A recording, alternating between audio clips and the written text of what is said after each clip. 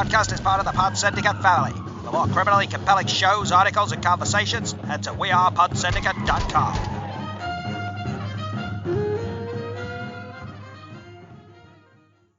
Welcome to this week's Film Masters.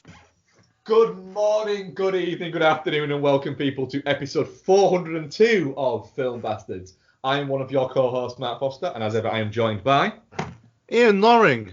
And not by Rebecca Foster, because to quote her, I'm sick of fucking listening to you talk shite, so I'm off out now. Yeah, she finally had enough. Yeah, she's finally had enough. She's taken the car. Weirdly, she took like 2 big fucking suitcases just to go out for a meal, so I don't know where she's going for a fucking meal, but that was weird. Had she gone out for a meal with her female friend Danny? Yeah, it was actually weirdly. It's odd, yeah. And so we'll see where that goes. So there's no Becky here this week, or forever fuck you and bye was a text message she sent me. I'm not sure what that means, but we'll see. But we're going to talk about not one movie, not 2 movies, but 3 movies. One of which I genuinely didn't know existed until Ian told me that it did. Really? Right, okay. Like literally, I had no fucking clue. What? So when I WhatsApped you saying there's a film where Mark Wahlberg ... that was the first time you'd ever heard of that? I've never heard of it. Somehow this film passed me by. So I blame the marketing people of Infinite. The only reason I think the only reason why I knew about it was because it was the one that shot outside my office. And like literally, Donna was like, "What are you watching?" I was like, "Oh, Infinite, it's the Mark Wahlberg one." And she was like, "Is that the one they shot outside your office?" And that's the only reason why either of us had any fucking conception of what it was. Yeah.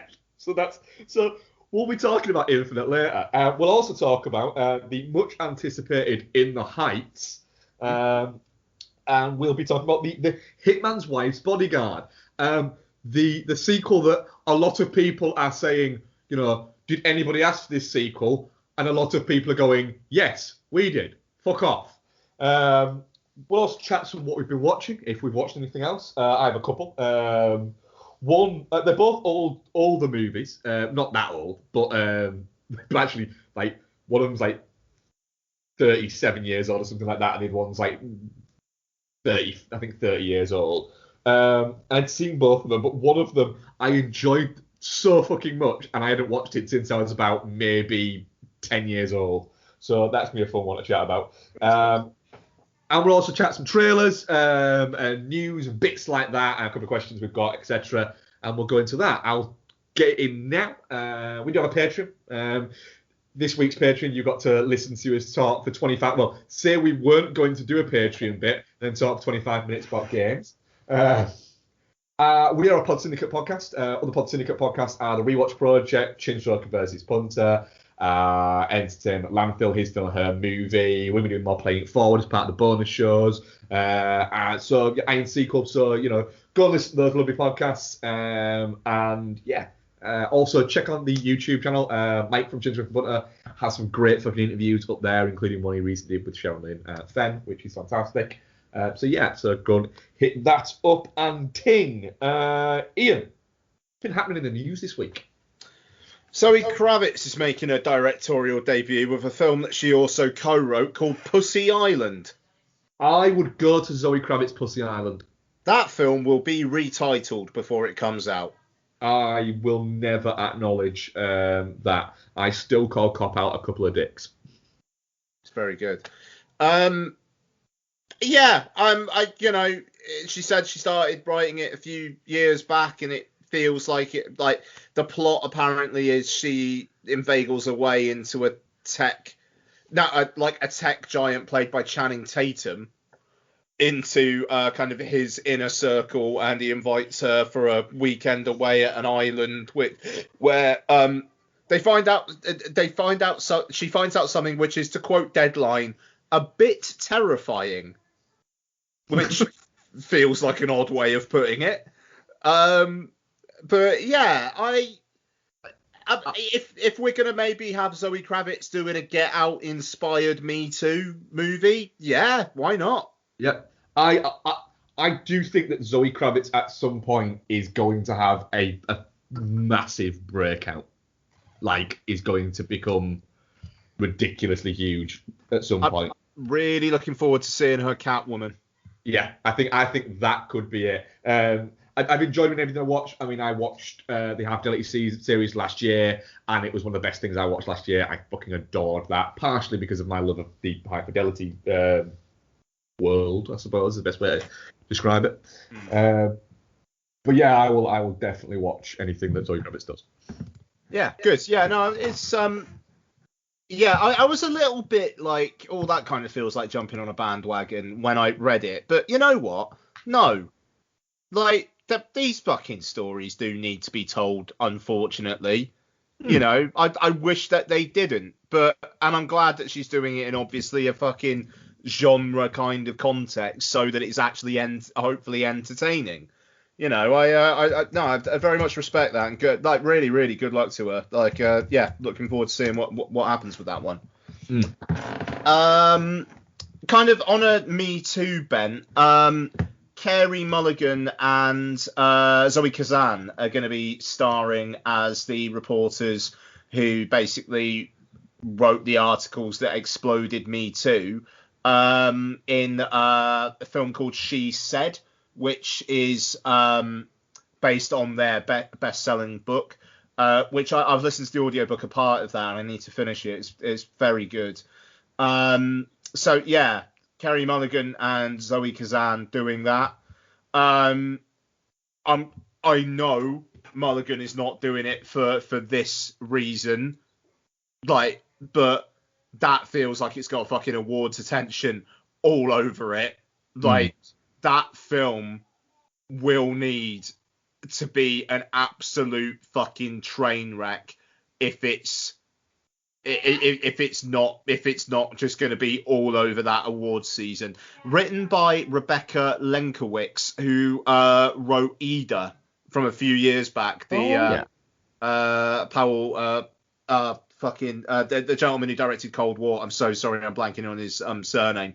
But so yeah, sorry. Piwalski, is it? It's something, yes, something like that. Yeah, yes. But yeah, that, like, they reckon there's gonna have a bit of an All the President's Men vibe about it, and I could see that. Fucking yeah, let's go. Yeah, that I will happily watch that. Yeah, it's one of those. If they get that right, that could be a very, very good and very interesting movie to watch. And it's interesting. It feels like there's been enough time since that to actually maybe make a movie about it. Like, I always think back to the WikiLeaks film that Benedict Cumberbatch was in, The Fifth Estate, which, I mean, the story of Julian Assange was not quite complete at that stage. Yeah, it was the race to get a story told first often isn't the best idea because, like you say, maybe the whole story hasn't been told yet. Yeah, I mean, I think Cumberbatch is probably very, very glad that thing basically sunk without a trace, because yeah, that kind of feels like it could be a little bit of a stain. Yeah. Yeah. Interesting as well. Rachel Weisz and Colin Farrell are going to be in Todd Solondz's new film Love Child. There is nothing really about the plot at this point, but I would watch Rachel Weisz and Colin Farrell in a film directed by Tom Solondz. Follows a precocious kid who schemes to rid himself of his brutish dad so he can have his mum all to himself. Things go awry when a handsome stranger appears. Wowee. All right then. Yeah, I'll go for that. Yeah, and it's Todd Solondz doing that.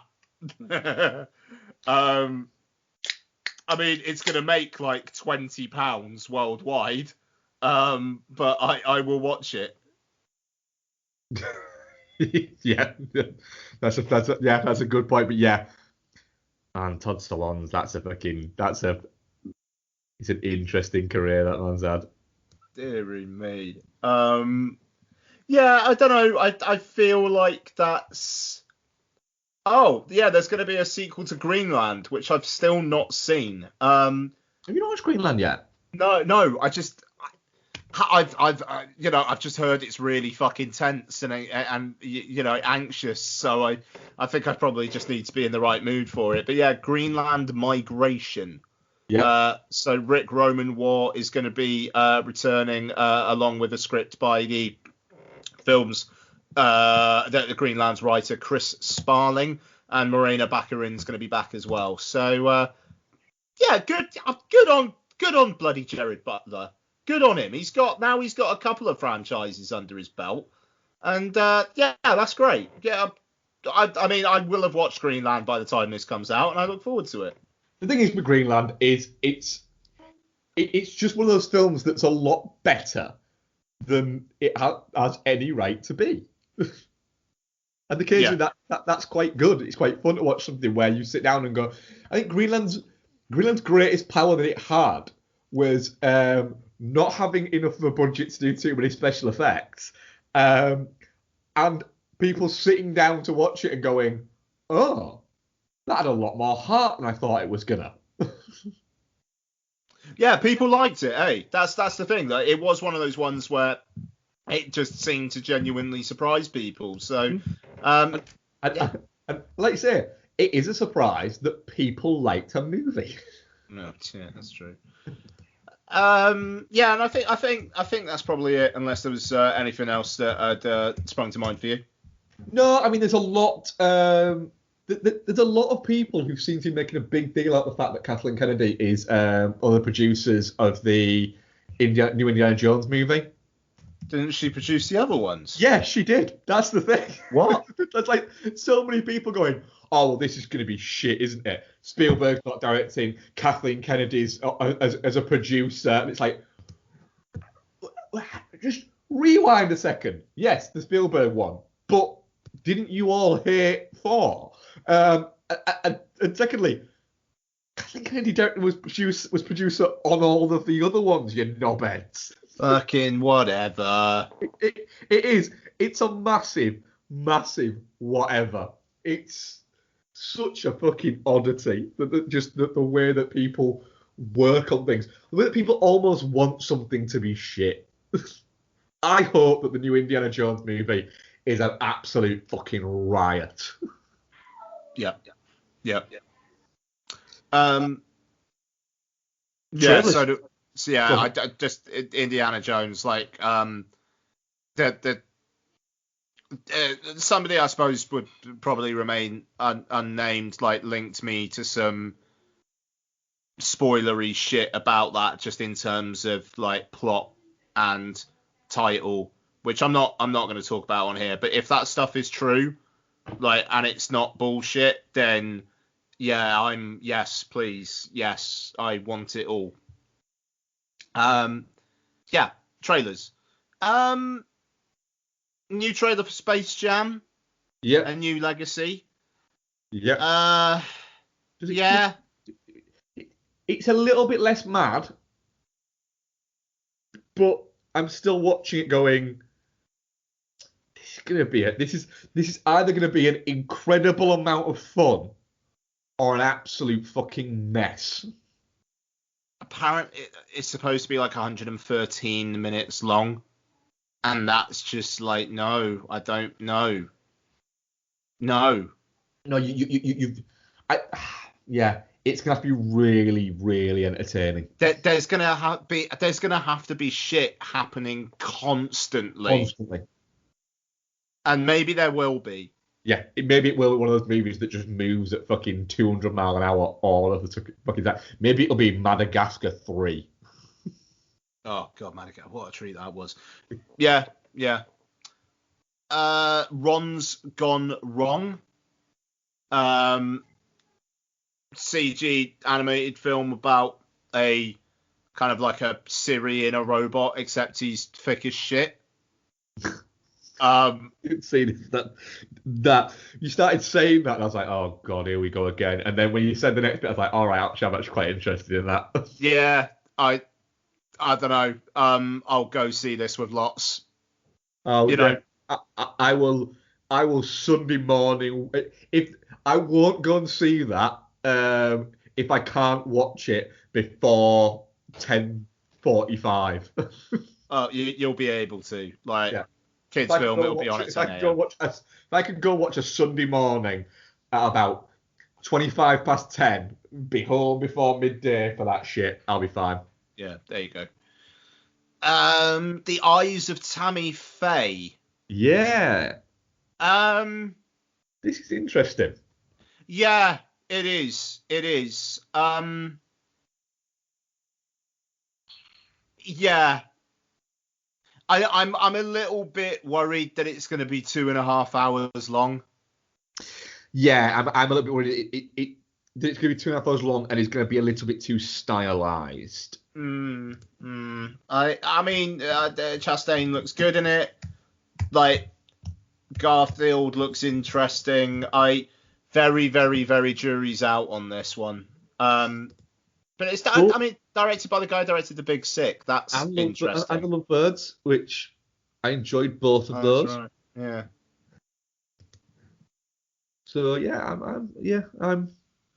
I'm looking forward to this. It could be. It looks like it could be quite biting, but also quite entertaining at the same time. Yeah. I hope it's that. Yeah, I also like the fact that Garfield is quietly, after being Spider-Man, is quietly just fucking turning up in whatever the fuck he wants. Yeah, all credit to him. He's obviously got all the money that he just doesn't need to worry about that stuff. And, if... He's literally said that.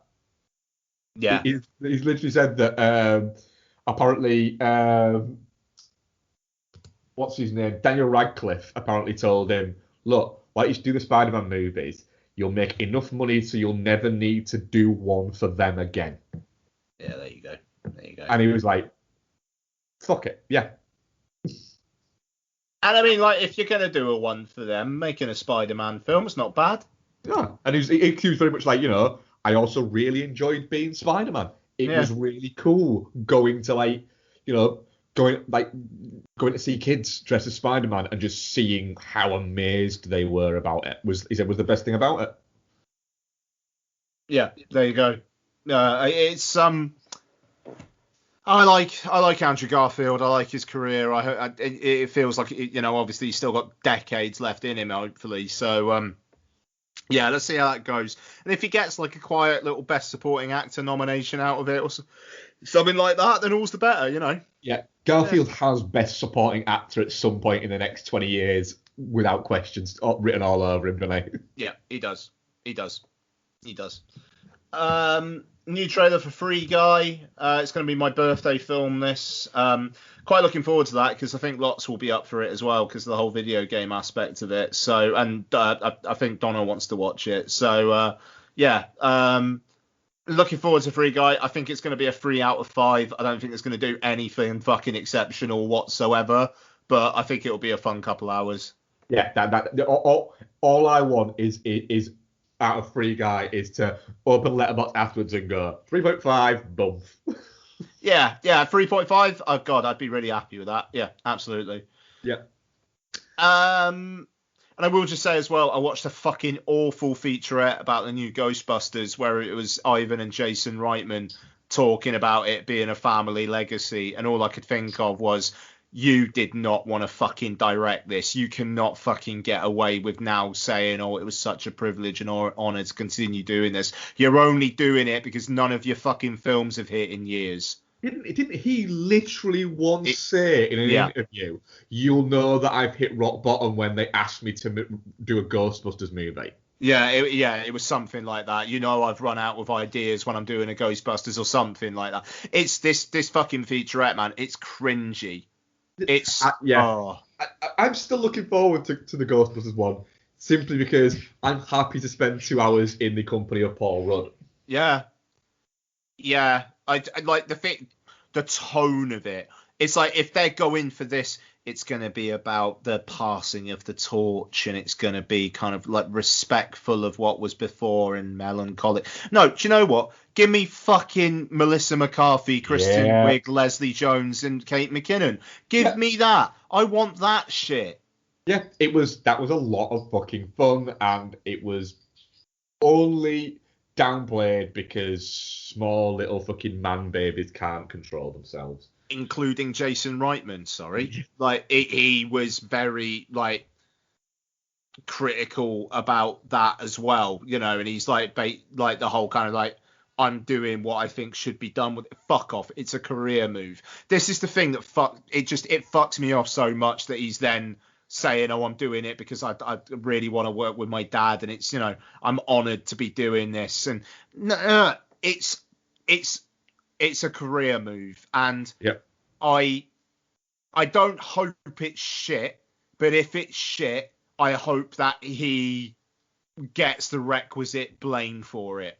Yeah, you hope that the film gets by, but everyone goes, that was really fun. Badly directed though. Yeah, I mean, I'd be happy. I don't like Jason Reitman. He annoys me. So it kind of, I will say that openly.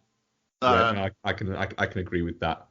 He is the Max Landis of the Reitman family. Yeah, I mean, I don't know. I mean, maybe, you know, I'm sure he hasn't got a black soul like Max Landis. No, he doesn't. But yeah. Fuck off. Yeah. There you go. Any more? 'Cause I've got a couple more. No, you go ahead, dude. I finally watched the new trailer in the cinema for Black Widow. Yeah, actually, no, I saw that as well. It's slightly different. Sorry, go on. Yeah. Best trailer for it so far. Mm-hmm. Yeah. It makes it actually look like a film that is happening now, rather than a film that they lost for years and that should have come out in between Endgame and in between Civil War and Endgame. Yeah. Because there was a lot of that about it, but this actually looks like it could be. It makes it like it could be a little bit of fun, whereas the other ones tried to make it look fun, and I just watched it and went, I don't know whether I want to. I don't think I need to watch this. Yeah, I mean, it's 3.5 weeks away at this point, and I'm looking forward to seeing it big and loud. Yeah, I'm the same. Yeah. Other ones from me. Midnight in Switchgrass. The Megan Fox. Yeah, the latest Bruce Willis turned up. Oh God. Okay. Yeah. It looks like he charged extra to not just sit down, so they paid the Bruce Willis stands up premium. Oh, that's they good. also went fucking full hog and paid the Bruce Willis will take more than 2 steps premium. Okay. But it's got Emile Hirsch in it as well. It's a decent looking trailer. Film might be absolute garbage. Is that Machine Gun Kelly? Yes, Machine Gun Kelly is in it as well. Yeah. Oh, him and Megan Fox reuniting after that My Bloody Valentine video. Yes. Yeah. And of course they are an item. Oh, what are they? Right. Yeah. Okay. Yeah. They are a thing. Right. Fine. They met on the set of this movie. Okay. All right. Cool. What I will say is, I like Machine Gun Kelly's music. I like his later rap stuff, and I really liked his Ticket to My Downfall, the movie he did with the album he did with Travis Baker, which essentially is like a Blink-182 album. Yes. It's quite a lot of fun. I also like the fact that he unabashedly takes on the rap world by supporting trans rights, wearing pink, and coming out and going, I don't see why it's such a fucking big deal that I'm wearing pink. So now I'm gonna just constantly wear pink to just piss off that bad side of the rap community. Interesting dude, this Machine Gun Kelly. Yeah. You know, and I also love the fact that occasionally his Instagram is just him and his daughter on holiday. That's pretty cool. And him just being a dad. There was also last thing I'll say about it, there was a really cool YouTube video that actually got taken down because the writer of the song who holds the rights is a prick. So yeah, he was outside one of his gigs and he was walking out and there was a girl, like a young girl, sort of waving at him from outside the gig, and he kind of goes over and starts chatting to her, and she's like, "Oh, no, I wanted to come and see you, but I couldn't get in because I'm under 14." And this kid's like about 8. Yeah. And he goes, "All right, cool." Going, I mean, you really shouldn't be listening to my music anyway. But it's cool. And she goes, "Oh," and he says, "Oh, what's your favourite song of mine?" And she says, "Oh, Champagne Supernova." And rather than going, "That's not actually my song," he goes, "Oh, from the YouTube channel." And she's like, "Yeah." He makes one of his guys go off and get a guitar. Yeah. Sits down next to her and plays Champagne Supernova for her. Oh, fucking hell. I mean, yeah, good. And it's like, but the video's now been taken down off YouTube because of the owner of the rights to the song, we'll say, is a prick. Ever so slight tangent. That is some how the mighty have fallen shit going on with fucking Noel Gallagher, isn't it? Oh, he's just a... Jesus He's a Christ. godshite. It's the thing is, it's he's done a big interview with The Sun, hasn't he?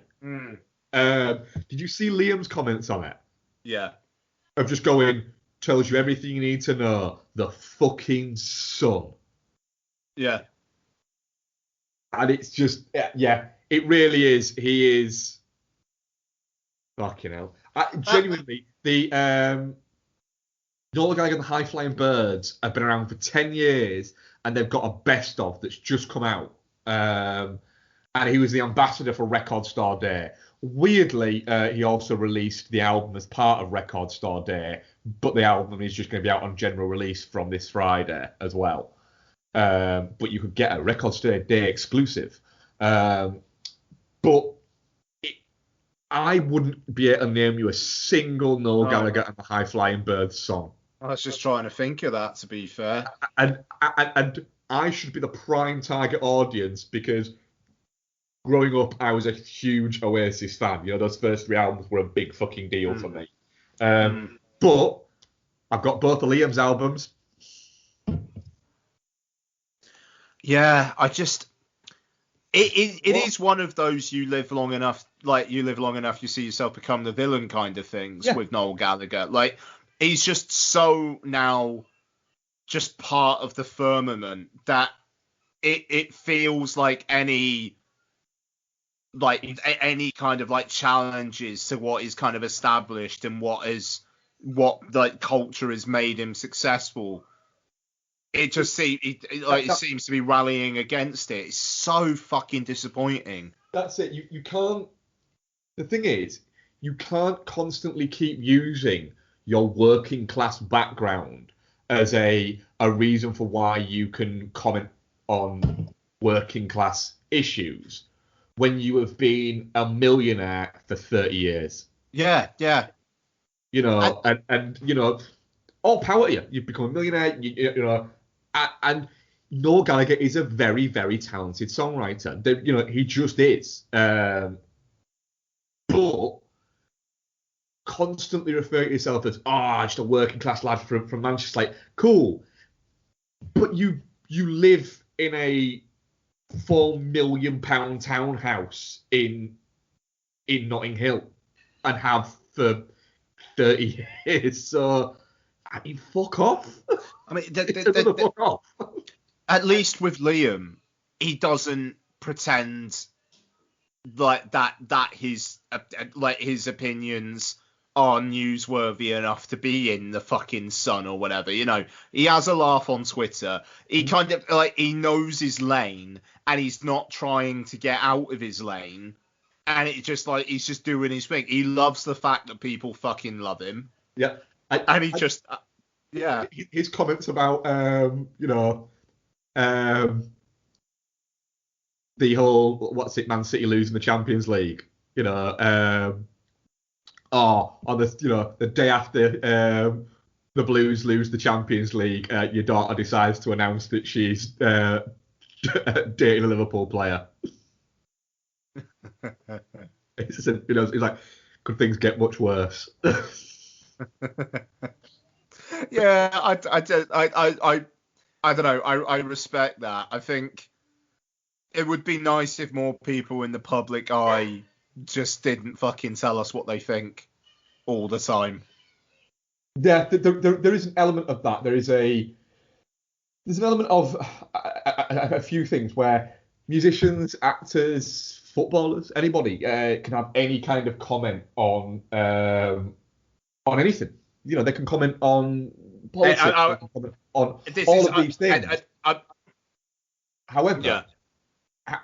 However, there is also, they have to make themselves aware that people then are allowed to, if they do put their hand above the parapet, can then point at them and go, "You're an idiot."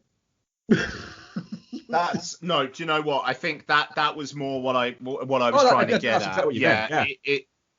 Yeah. I mean, it's, what Marcus Rashford has done in the last year, like, football allegiance aside, like, that is some fucking one of the big shames of role model shit. Yeah, one of the big shames, genuinely, of no fans being allowed in football stadiums this season, or the majority of this season, etc., was there was genuinely, when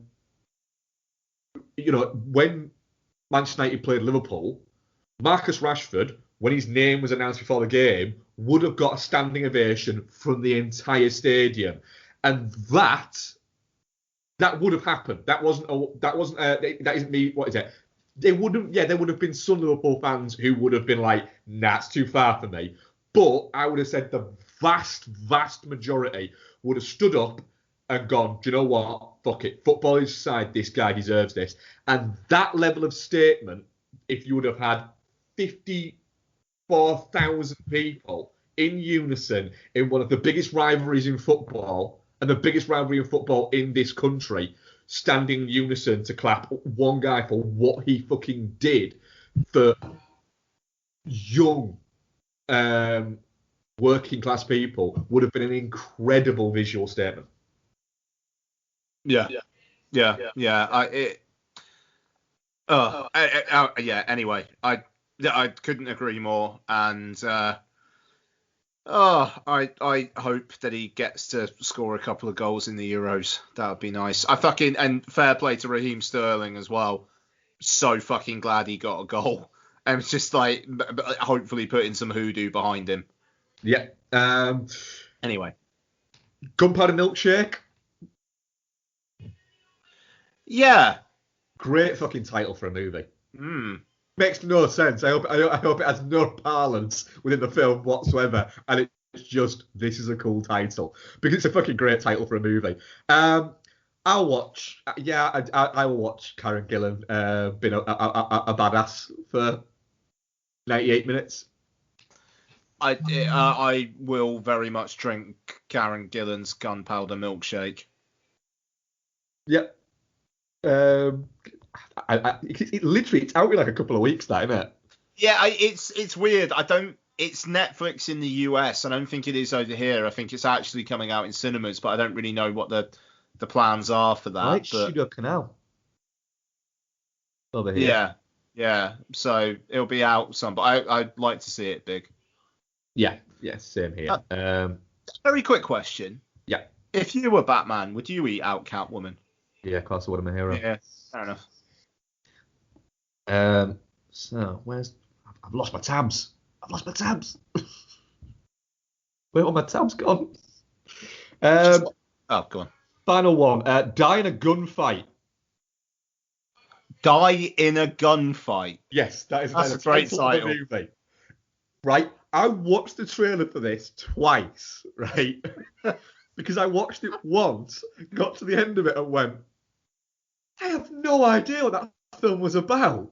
And I've just watched a 2-minute trailer for it. So I watched it again. I still don't know what it's about. I think it might be a new telling of Romeo and Juliet, but I'm not entirely sure. Hang on, I'm pulling this up. Can I get some subtitles in this motherfucker? I got a Welsh YouTube ad. Amy Jingalarins. Is that Welsh or English? No, okay. Right, okay. So they're not invited to a party. He meets a girl.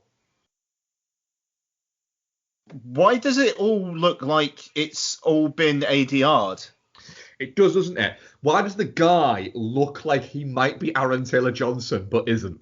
Yeah. Right. Okay, so the families don't like each other, but two of them are shagging each other. Right. Is that Alexandra Daddario? It is. It is Alexandra. I need a better agent, Daddario. Yeah. Okay.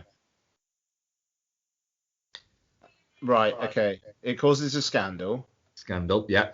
Are you getting the whole Romeo and Juliet. Yeah, Romeo and Juliet thing. To an extent. Yeah. There's some punching. Right.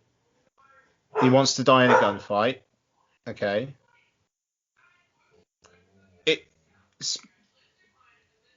Right. Okay. So they're in some sort of trouble. Yeah. They're escaping. I mean, I'm assuming this is VOD.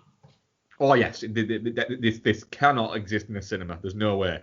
Yeah. I think it would be illegal. Right. Well, they are going to piss a lot of people off because they're shagging each other. That's already been established. Yeah, it has. Yeah, we in the trailer we saw Alexandra's Daddario's. What?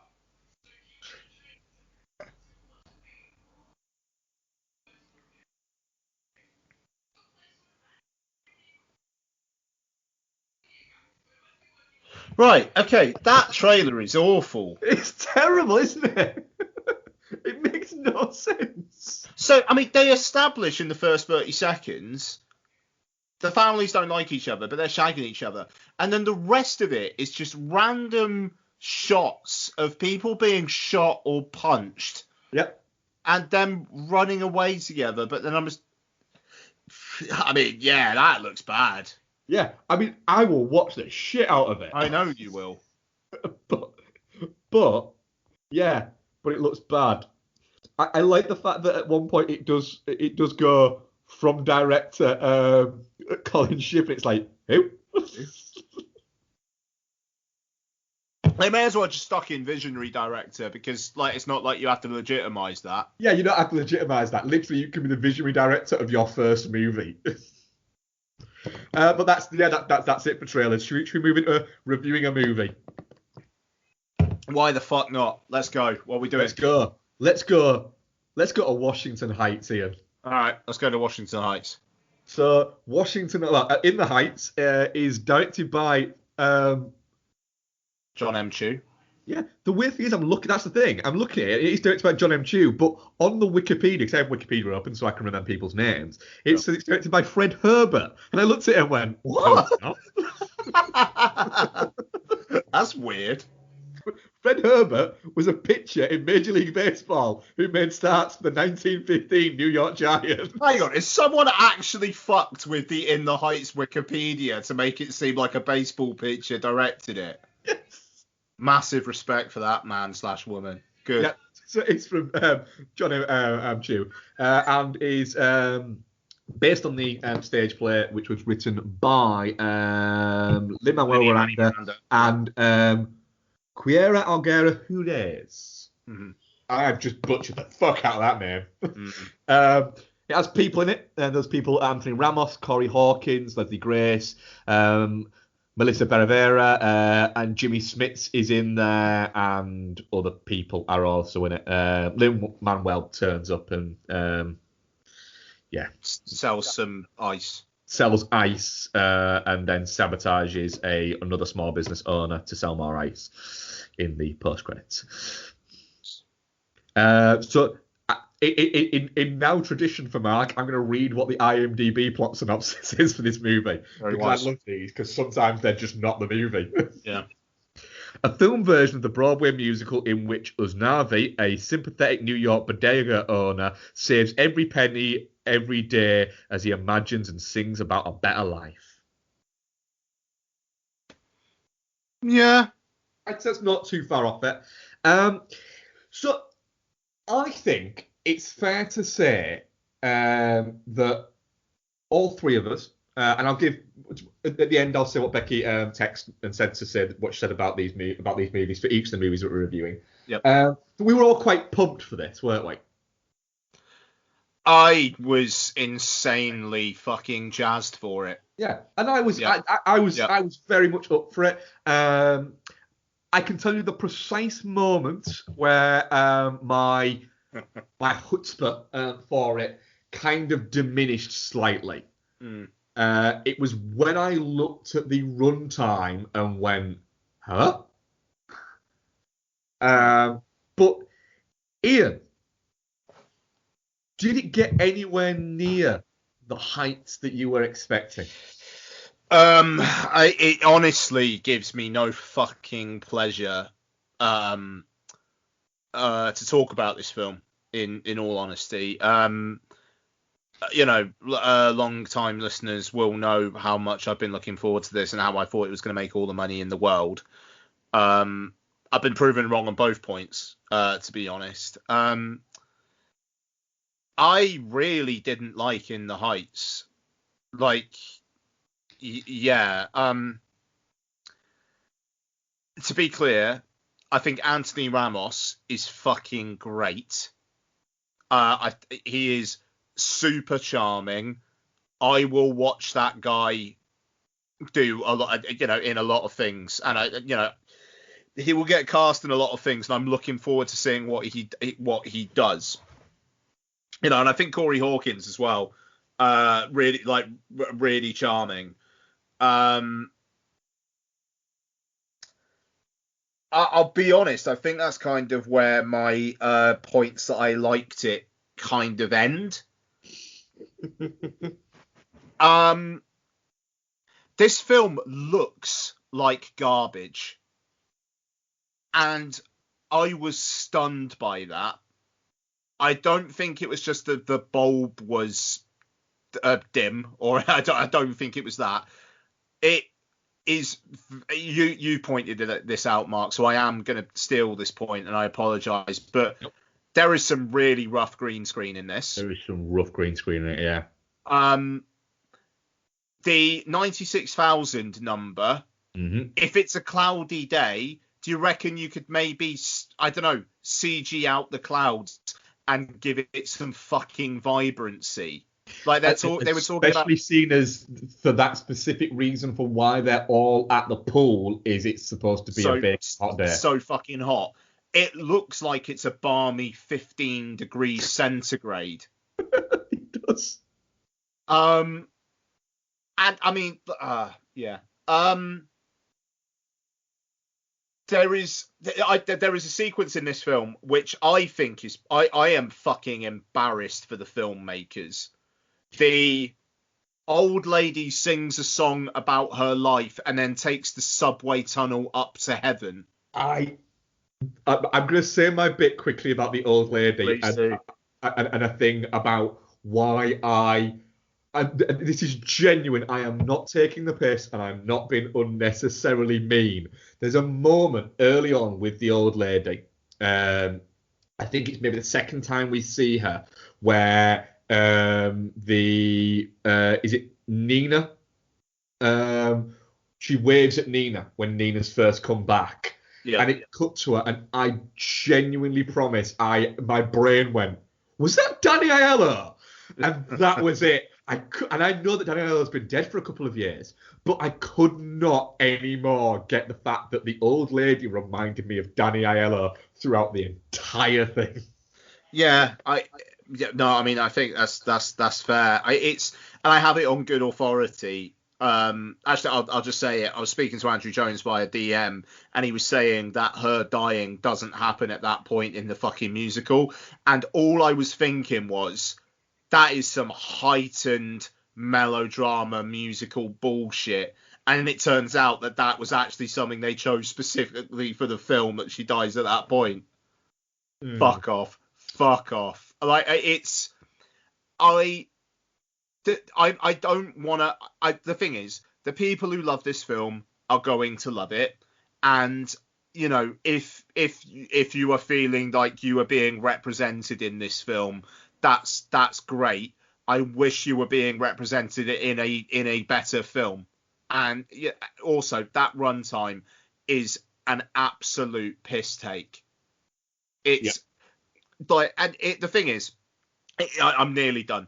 It's sprawling. There's like quite a lot of characters who you have to keep up with through this film, but what actually happens to them is so inconsequential by the end of the film, and it brings up like the one fucking thing about like the lad, and it turns out that, spoilers, that he's like undocumented, and then okay, I'm gonna go and fight for the Dreamers, and then that goes to absolutely nothing, you know, and we're gonna use this money to fight for your status to live here, goes to nothing. I you know, I mean, even like the main guy, I don't particularly want him to get with Vanessa, because him and Vanessa are like chalk and cheese. He's lovely. She's really hard work. Like, no.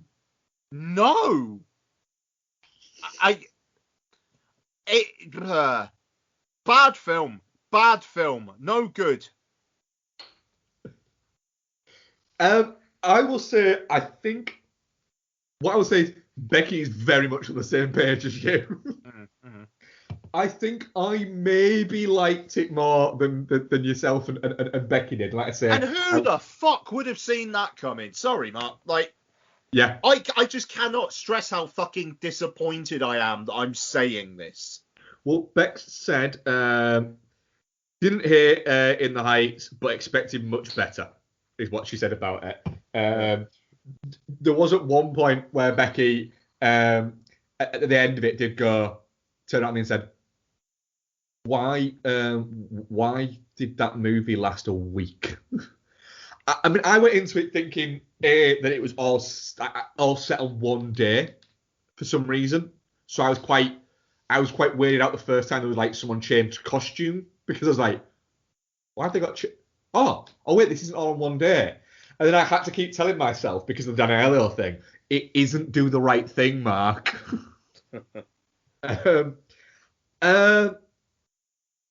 Yeah, there's Anthony Ramos is good and he's charming, but his character seems to be making a really weird choice. You know, the problem is. Yeah. The thing is, and I'm going to tread very carefully with the way I'm explaining this, is the whole idea of the movie is supposed to be around the fact that these people feel powerless. There is literally a song in there of them saying that, and the whole metaphor of the power going out is quite literally behind that. Honk! Do you get what I'm going for here? Honk! We are powerless. Honk. Yeah. And when they are literally singing it during a power cut was a little bit like, we get it. We really do. I'll get onto that song later, because that one pissed me off. Right. But the problem is the way that the movie's also trying to be quite floaty and breezy and colourful, etc., and things like that, is at no point does it actually make it look like their lives are anything but quite nice.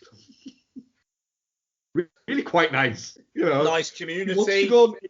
Everyone gets on with each other. Yeah, I get it. Sorry. Yeah, he wants to go and open this bar in Dominican Republic because they were the best days of his life, right?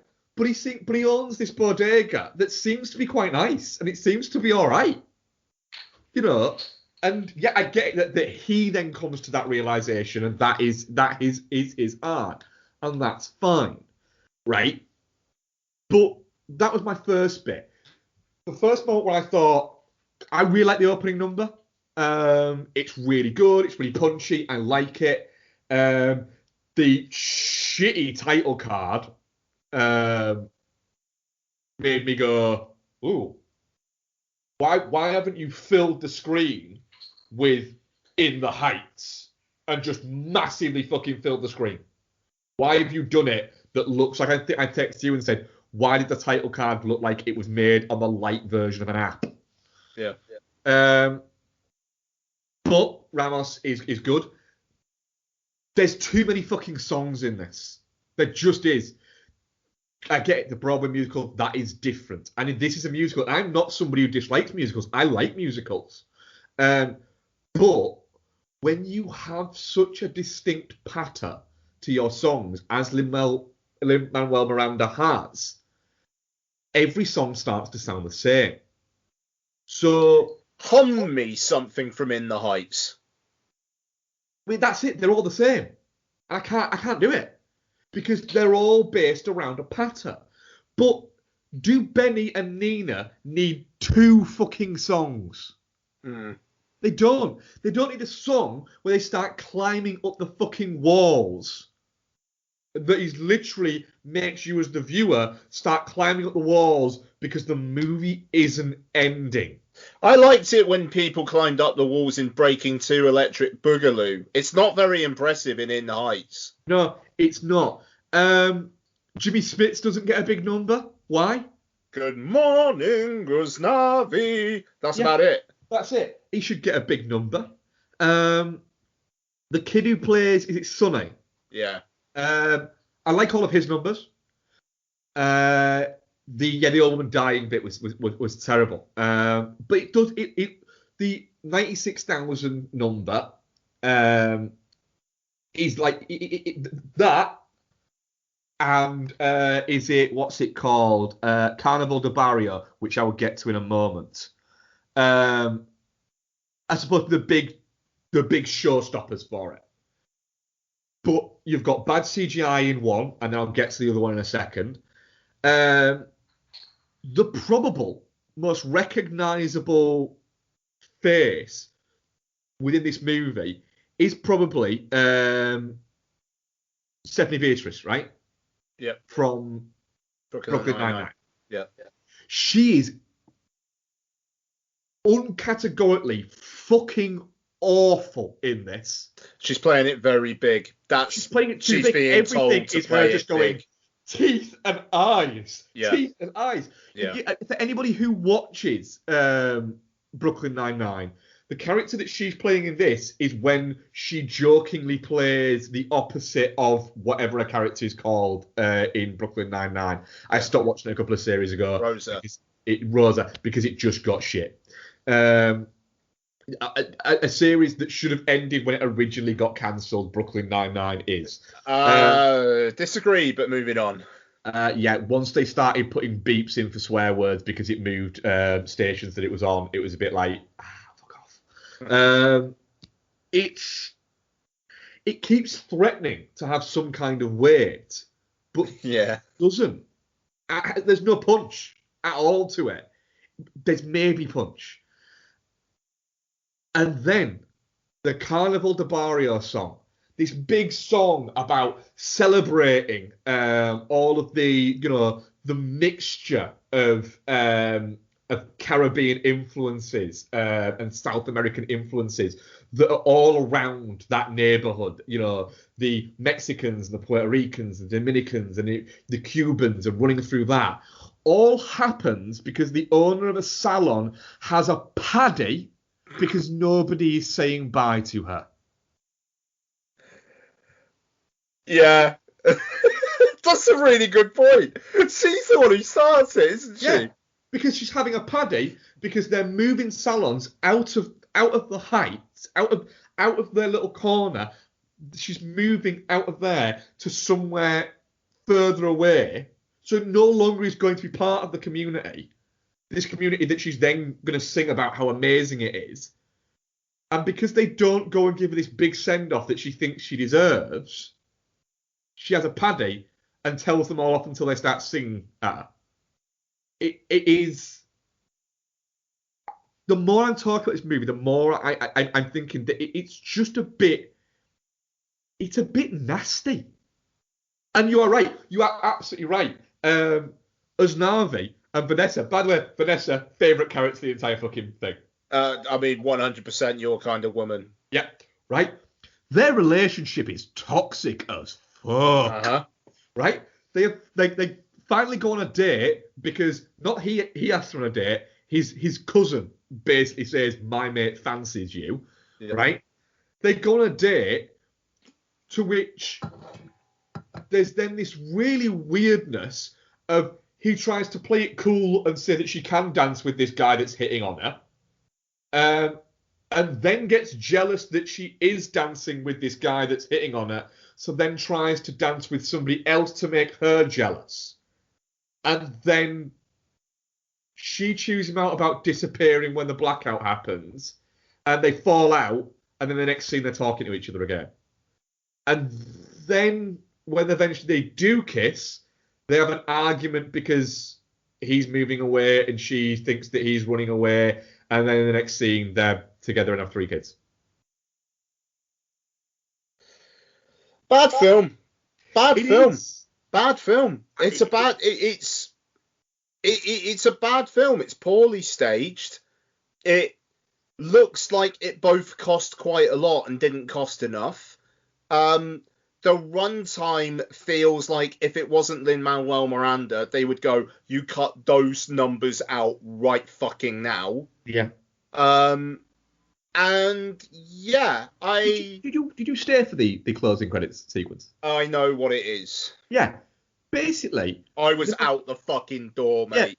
Yeah. Lin-Manuel Miranda's character essentially sabotages another small business owner's character, ice cream truck, so that everyone has to buy ices from him, and then seemingly hands him a glass of piss.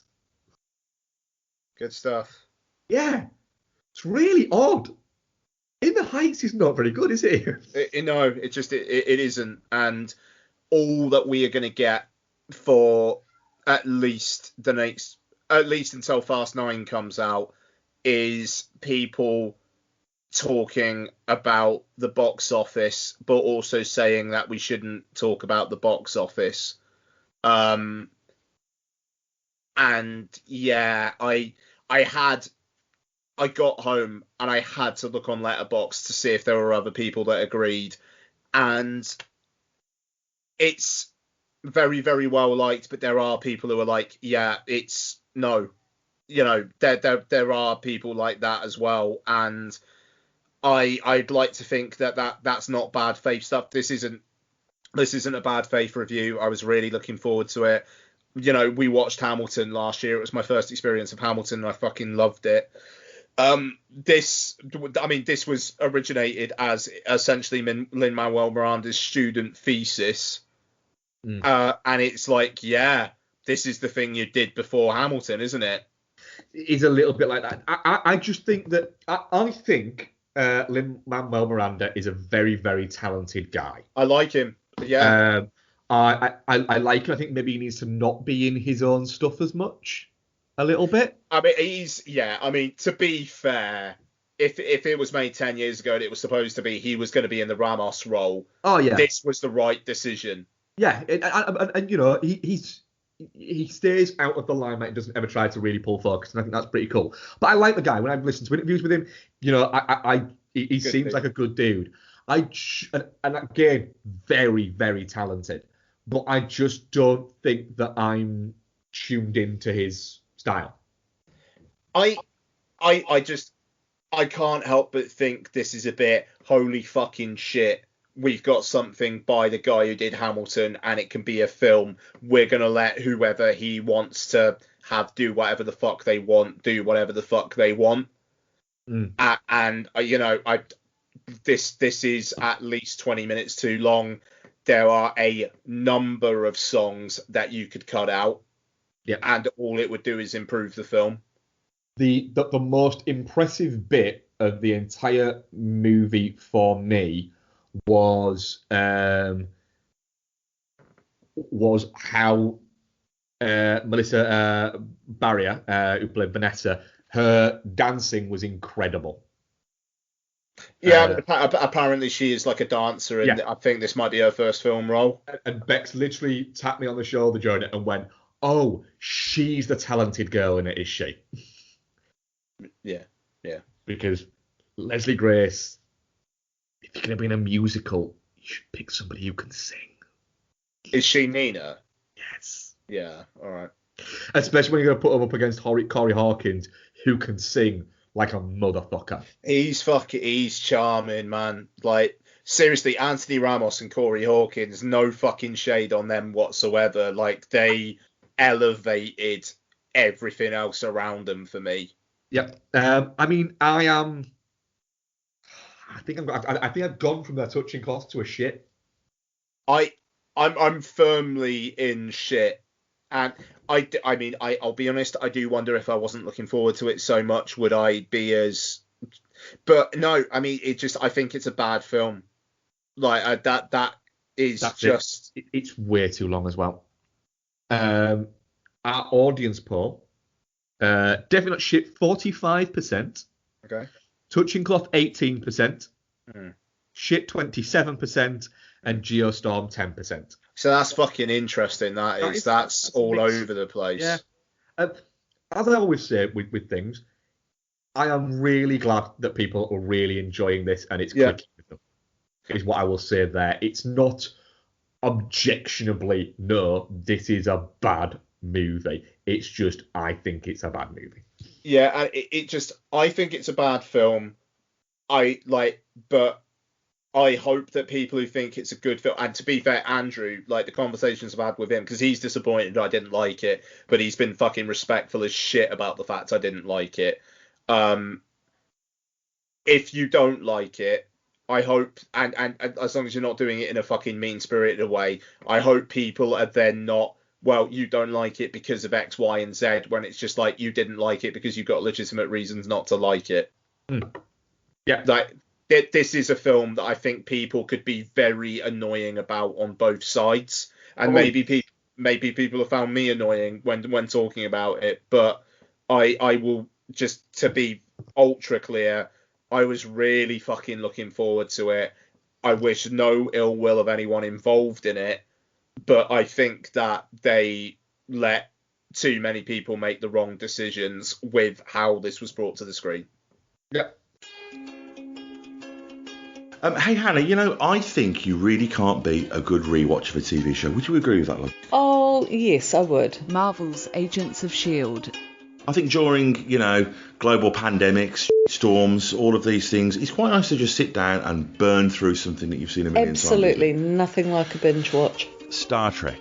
Babylon 5. Because you could sit there for hours looking at serial killer documentaries. Absolutely. That doesn't make you a weird person at all. It doesn't. Yeah, you could watch documentaries that all seem to be about women killing men. Love you, darling. You could put off watching Daredevil for the 30th time. Harry Potter.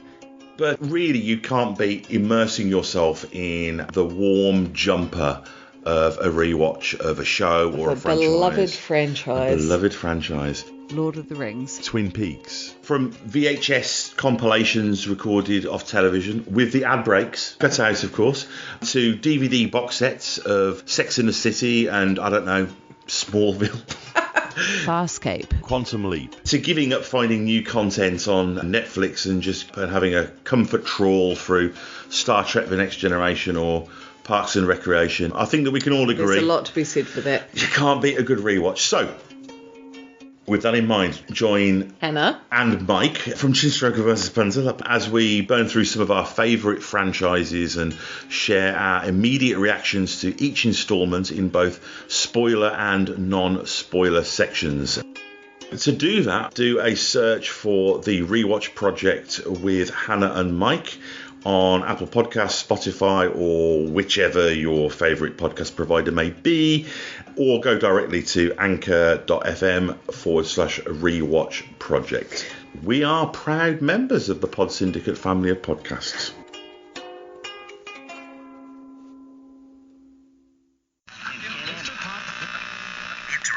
Syndicate podcast to bring you a special Pod Syndicate bulletin. This podcast you're listening to, pretty good, isn't it? Only problem is, it's about halfway through. Pretty soon, it'll be over, and then what are you going to do? Well, if you're a fan of this show, why not head over to wearepodsyndicate.com and subscribe to our brand new feed, Pod Syndicate, The Bonus Shows. Every week, your hosts from Beyond the Neon, Chinstroker vs. Punter, Entertainment Landfill, Film Bastards, His Film, Her Movie, and What's on Tap will be dropping bonus shows right onto that feed. These shows might be collaborations and crossovers, or they might be archive episodes, interviews, one-offs, and other treats from across the Pod Syndicate network. So, prepare yourself for the inevitable disappointment of this Pod Syndicate show ending by heading to wearepodsyndicate.com and clicking on The Bonus Shows. We now return you to your regularly scheduled Pod Syndicate podcast. So we'll move on from that. I'm going to I say. need a pee. Sorry. Well, I'll let you go for a pee. Right. I will waffle. Oh, okay. Wow. I'll waffle there. Wow. Okay, cool. Let Ian pee. What I'll do, folks, is I'll tell you about my Record Store Day experience. So, as I will have said on this podcast, I'm a record collector. Record Store Day is, for anyone who doesn't know, it's a day where independent record stores get given exclusives from various artists and bands and things like that. That are only available to independent record stores, and they're normally in limited quantities for those there. You can't buy these things online for the first day of it, but after a certain time they can start to be ordered online. But places you will not find, places like Amazon can't stock these, HMV and other large-scale retailers can't stock them. They're just for independents, and often they are, like I say, in limited quantity. So I got up and went to one of my local record stores. The one that I normally go to wasn't stocking the three that I had picked out, but the another local record store to myself was stocking all three of them. So I set off, opened at 8 in the morning. I got in the queue at 5 to 8. I think I was about number 40 in the queue. By the time they opened at 8 o'clock, there was approximately about 300 people, I think, in the queue, maybe. So it's a good old queue. Eventually got in about 25 past 8, so I was queuing for about an hour and 35 minutes. Got in, got my records. Got out, went to a bakery and got some bakery food from a local small business owner bakery. Came back and then proceeded to sit and listen to my records. I got a Suede Love and Poison, which is a Suede live album. Rage Against the Machine Battle of Mexico City, which is a live Rage Against the Machine album. And Bernard Butler's debut album, People Move On, for the first time ever on vinyl. Weirdly as well, the Suede and the Bernard Butler are both clear vinyl. It used to be a thing with vinyl collectors that anything other than black vinyl was criticised for its sound quality. Not a thing anymore. To be honest, the process of making them is so refined now that the sound quality is fantastic. Sometimes live albums on vinyl can sound a little bit iffy, but the sound quality in these is incredible. And then the Rage Against the Machine one is on like a teal vinyl. Are you talking about Record Store Day purchases? Yes. Oh yeah, please carry on. Please. And the other ones, and the other one, the Rage Against the Machine, one of the LPs is like a teal, and the other one's like a red colour, which is kind of fucking cool. So yeah, very, very happy with my purchases. Had a great moment when I was chatting to a girl that was in the queue behind me, because obviously just sat there for a long amount of time. And so everyone's in this big long queue, and I just sat down on like the edge of like the fucking curb, and like loads of people kind of looked and went, "Yeah, well, we could do that." And I was like, "Well, we're not moving, are we? No one's moving. We're literally just going to be here for like the next hour in this place because the store doesn't open yet." I got talking to this lady that was behind me in the queue, and sort of the key question you ask is "Oh, what are you here for?" And I was like, "Oh, what are you here for?" So I'm here for Beastie Boys. And I was like, "All right, that's actually been moved to the next one in July." And she was like, "Okay." She said, "I'm here for the Elastica," which I described as, because it's expensive, the Elastica singles collection it was. And it was like, I think it was like 8 LPs in one, but all 7 inches. And it was £51. And so I referred to it as a spicy meatball. Nice! To which this woman just sort of looked at me and went, "What?" It's like, "It's a spicy meatball, that one." She's like, "What does that mean?" It's like, "It's expensive, isn't it?" She's like, "I have never heard of anything be referred to, that's a spicy meatball." It's like, She has now. Like, you can have that one for free. It makes me laugh. People have started using it in work, and they're like, as Ian says, that's a spicy meatball, which I fucking love. Yeah, well, that woman will now, without question, be using that phrase. Yeah, straight up. That's brilliant, man. And she said, "Oh, and I'm also here for the suede." And I was like, "All right." To which my brain went, "Oh, fucking hell. She better not get in before me." And then the other part of my brain went, "She's literally behind you in the queue, you fucking dumbass." I was like, and then when I told her what I was there for, she was like, "Oh, so you're going to be a gentleman then if you get in there and it's the last suede?" And I kind of laughed and went, "No. No, I'm not going to be." She's like, "Really? You're going to take the last suede after I told you that's one of the ones I'm here for?" It's like, "Yes. It will be a lesson learned that you should have got here earlier." Luckily, I will say there wasn't. There was enough copies left for her. But yeah, it was fun. It's quite cool. It's a big thing. There are some people who get a little bit sniffy about Record Store Day within the record collecting community. I don't really get it. The idea of getting sniffy. If you don't want to do it, don't do it. But yeah, it's weird. It does seem to be a divisive thing within the, what is it? I don't only buy records from these stores on Record Store Day. I go into them frequently. So yeah, I think that's kind of the idea behind it. The people in the front of the queue have been there since 4 a.m. Bloody hell. Yeah. I mean, fair play, man. That's some dedication. That's dedication. I wouldn't do that. Just wouldn't. Couldn't justify it to myself. But it kind of shows what some of these things mean to people. So that's pretty cool, I think. Yeah, fair play. So moving on to another thing that means a lot to people. I'm going to save the big hitter till after we've done what we've been watching. But Infinite is a film that I heard of less than a week ago. And the Ian's building is within the movie. And weirdly, it's directed by Anton Fuqua, so I should have heard of it.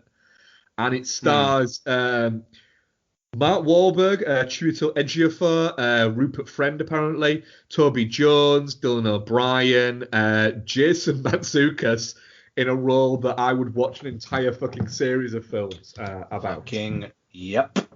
So I'm going to say... what does the plot synopsis say on IMDb?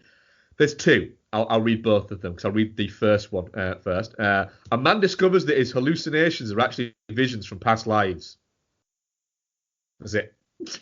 Fantastic. Yep. The next one is a sci-fi action adaptation that examines the concept of reincarnation through remarkable visions and well-established characters who need to use their memories and past learned skills to ensure the future is protected from infinites that seek to end all life on the planet. Well, that's not actually what it's about. So the idea of Infinite is you have a select group of people who are born able to remember their past lives and the skills they had within their past lives. They are aware of it. And they are the Infinites, and then you also have the Romans, which I can't remember what they're called now. Fuck yeah, sorry, I don't. The Ejiophors. Sure. Who basically are ruled by a man credited as Bathurst 2020, which I fucking love. Played by Chiwetel Ejiofor. And essentially, he has created an egg that I promise this is true that will destroy everything because he is fed up of being reincarnated, and the only way he can stop being reincarnated is if he literally destroys existence. Because why? Because he's angry with God. Oh, right. What I will say here is, in casting, they cast Mark Wahlberg as the, I'm going to say, 37-year-old reincarnation of Dylan O'Brien. Why not just swap those characters around, those actors around? It would make so much more sense. But what I will say is, Ian, Infinite, right? Yeah. Is this film more fun than A, it has any right to be, and B, more fun than In the Heights? I mean, B for me, yes, and I'll stop the In the Heights comparisons there because it kind of it would maybe feel like I was piling on. Yeah, it would feel like being yes. but I will say that is because I watched these very close together. Yeah, no, I mean, no, totally fair enough. Mark Wahlberg is 50 years old. He has no fucking place being this character in this film. He really doesn't. He doesn't play it like he's supposed to be young, to be fair. Nope. And the main woman in it is not a love interest. She is very much, her heart is with another man, and that's right decision. You know, to be fair, the film should be applauded for fucking doing that at the very least, you know. Yep. And it's admirable that this essentially is, even if they were going to do a franchise, spoilers, Wahlberg's only going to be in this one. Yeah. You know, so, and I think that's commendable. Is it more entertaining than it has any right to be? That's a tricky one because it's directed by the guy who directed Training Day, and it stars Mark Wahlberg, Chiwetel Ejiofor, and Jason Mantzoukas. But it is entertaining in ways that I'm not entirely sure are intentional. No. Because this... Sorry, go on. I think one person is in on it. Mantzoukas is doing exactly what that fucking role requires. Yeah. He is a gender fluid hedonist called what's he fucking called? The artisan. Artisan. Yeah. The moment when somebody refers to him as a he and he goes, "Hey, I resent that the gender assignment." I mean, good. That is top shit. You know, I mean, this film is as dumb as a bag of rocks. Yeah. There are so many questions, but I had a number of beers before watching this. Had a couple of beers while watching it, and had a perfectly entertaining time. It's not the second coming, you know. I would be surprised if I ever watched it again.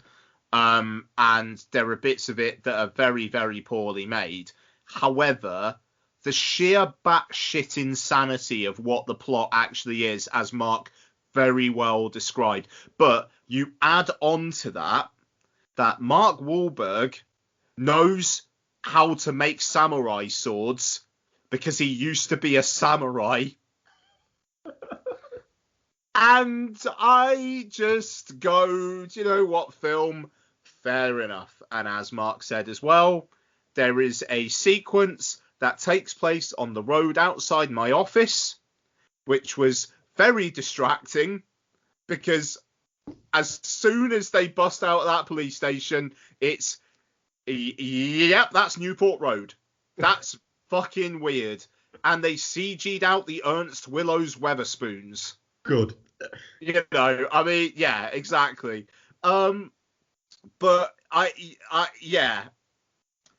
it's a lot of fun. It's very, very silly. Yeah. But my God, do I love Mark Wahlberg just jumping on the fucking wing of a plane and like holding on to it by shoving a samurai sword into it.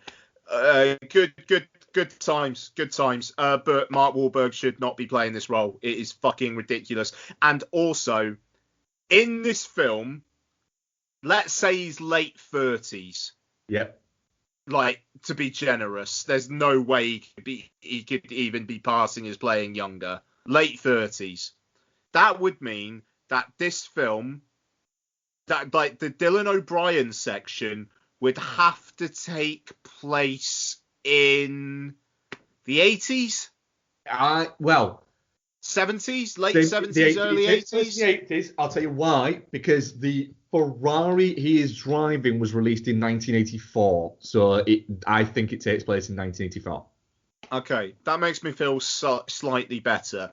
The fact that Wahlberg is playing younger than me in this film, when he's Mark Wahlberg and was born in 1971, no.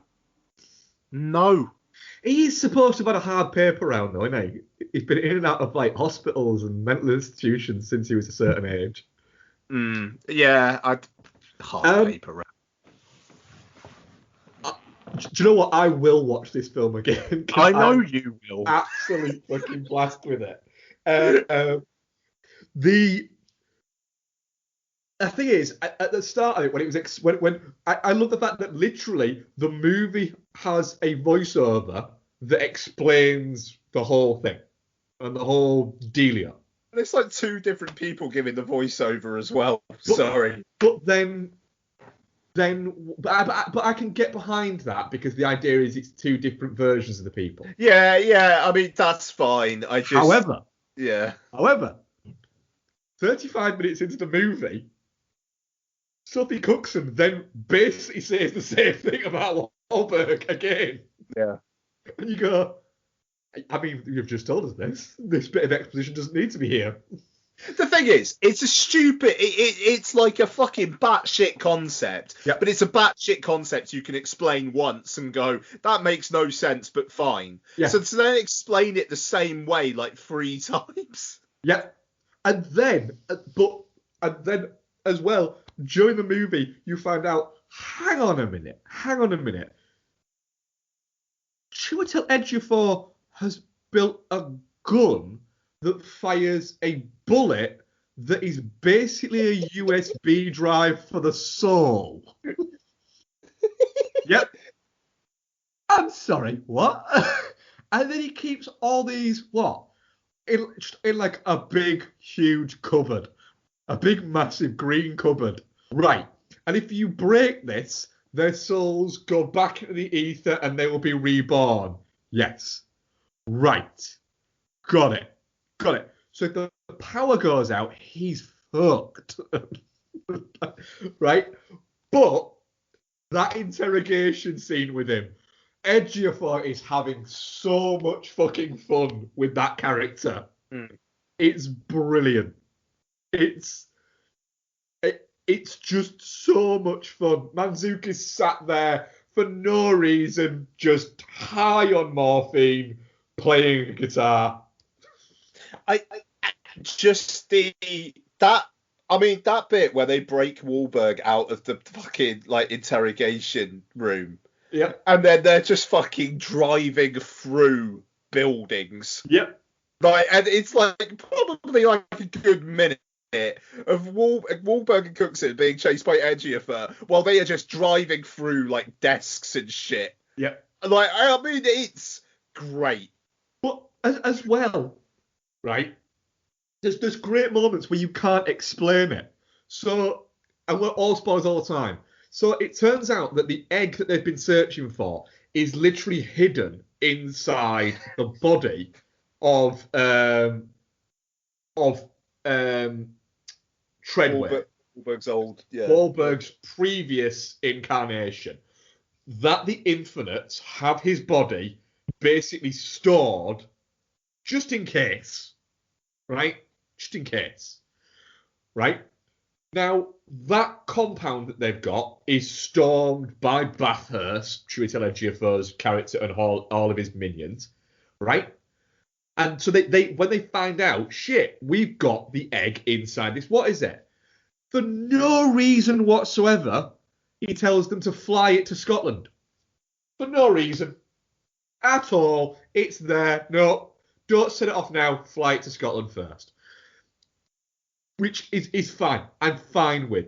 But again, Mantzoukas gets a great thing where essentially, I get the logic of what they try to do to reboot Wahlberg's brain is to work on look, when you're drowning, you're dying for longer than you're supposed to die for. So you'll have more time for all of your life to flash before your eyes. And infinites, that's every life to flash before your eyes. I get the logic of that. The beauty of that is when it works, Mantzoukas, as they're all walking off, going, "Holy shit, that worked!" Yeah. I mean, this is the thing. In that chunk of the film, what you need is 50 milligrams of Mantzoukas. Yeah. And that, if that was some fucking just another scientist character, you would switch off. But the fact that they have Mantzoukas there, and then he sticks around for the rest of the film. Yeah, I am so much looking forward to the episode of How Did This Get Made that is infinite. Yeah. And there will be one. There will be one, and that Mantzoukas is going to get somebody else from that cast on that, that won't be Wahlberg. But even Wahlberg at points seems like he's having fun. He's not super serious Wahlberg. He's almost on comedy Wahlberg. You get the comedy Wahlberg face at one point. Do you know what? This movie, I can't even say that it's definitely not shit, because I can see why it's a bit shit, but it is without question a Geostorm. I'm going to agree with that. Geostorm. There is a lot of shit in here which I think was unintentional, but fuck me, is it entertaining when it's on? Yeah, it is. Again, Chiwetel Ejiofor been waterboarded with gasoline and because he wants to shout at God. Yeah, that's what that was it? Okay. He's angry with God. Ejiofor just fucking hates God. Oh, yeah. It's fucking brilliant, this movie. Change of mind. This is definitely not shit. Might be the best film of the year. I'm comfortable with Geostorm, but it's we'll remember this film very fondly. Bex said about Infinite, really like what I saw of Infinite, but I did miss a chunk in the middle as I fell asleep. But not due to the movie. Gutted I missed the bit I missed, and I'm going to rewatch it. I will rewatch it with Becky very soon. Nice. And just to say, Infinite is available on Paramount Plus in the US. It has no UK release date, but when it's out in UK cinemas, if the batshitness sounds appealing, it'll be worth a watch. I might actually go and watch this in the cinema as well. And when you go watch it, in the sequence where they bust out of the police station and they're on the street, I was fucking watching some of that being filmed, which is just weird. Yeah. Oh, man. I enjoyed that. I enjoyed Infinite. Way more than anybody else, probably. I know. I mean, I really, really enjoyed it. It's not one of those ones where I'm like, fucking hell, of course he enjoyed it. I'm like, yeah, fucking hell, of course he enjoyed it. Yeah, it is. It's a good amount of fun. What else have you been watching this weekend? I've only got one film. Rewatched The Father. I actually went to see The Father on the big screen before In the Heights. I was going to watch Dream Horse. And then I just thought, you know what? I want to see The Father big. It works really well. That film, I mean, obviously we reviewed it in full not very long ago, but what that film does with visuals and with production design and just giving you this fucking sense of unease is brilliant. And some of the micro shit that Coleman and Hopkins are doing, it's great. And I noticed on this time around how Mark Gatiss, when he kind of goes a bit evil towards the end, he is mirroring Rufus Sewell. He's basically doing an impression of Rufus Sewell from earlier in the film. Yeah. And I didn't pick up on that first time round. It's just, it's really well done. Rufus Sewell genuinely is an actor that should be a lot bigger than he fucking is. Yeah, he should. He should. Brilliant is that. The amount of presence that man has is fantastic. Yeah, for sure. It's the Father is like really up there with my films of the year. In all honesty, I think it's a fantastic bit of work, and I think it's interesting that after the Oscars, no one's been like Chadwick Boseman should have won it. I think it's interesting that people have gone, Anthony Hopkins won it. The way the Oscars ran it was an absolute train wreck, but no one seems to be debating, hey, do you know what? Hopkins actually did kind of deserve that. And I still fucking maintain Coleman would have run away with Best Supporting Actress if she hadn't already won Best Actress. She would have fucking run away with it. Yeah. She would have, yeah, because she's very, very good in it.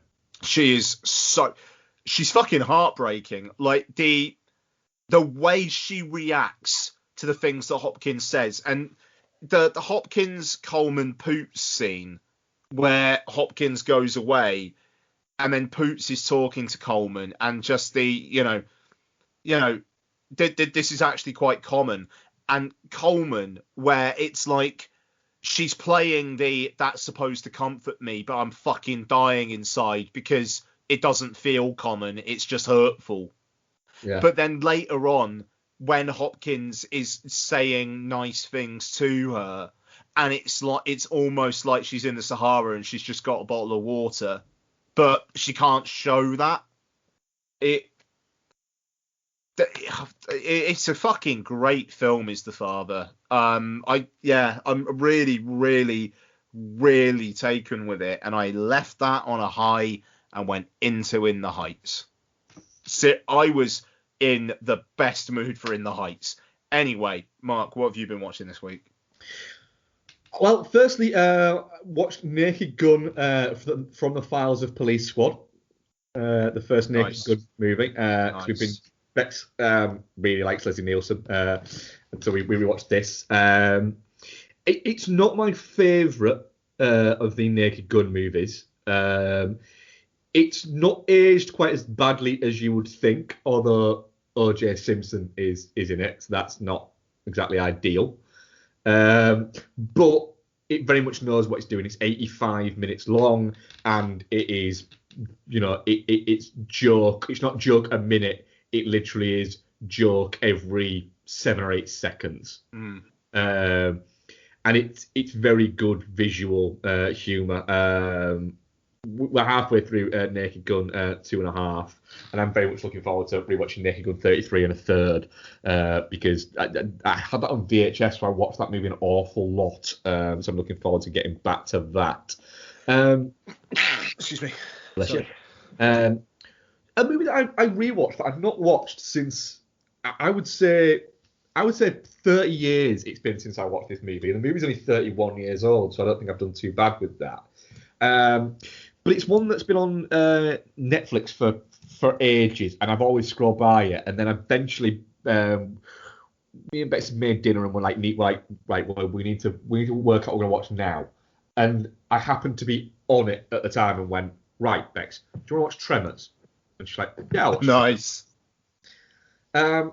And I remembered very little about Tremors, other than it had Kevin Bacon in it and weird, like, ground fucking creatures. Tremors is great. Yeah, it is. It's like, I mean, I can see, often with like these movies that attain like a cult status, attain them for certain reasons, and often it's because they're crap, or often it's because they have something within them that is good, but the rest of it is just quite tiresome.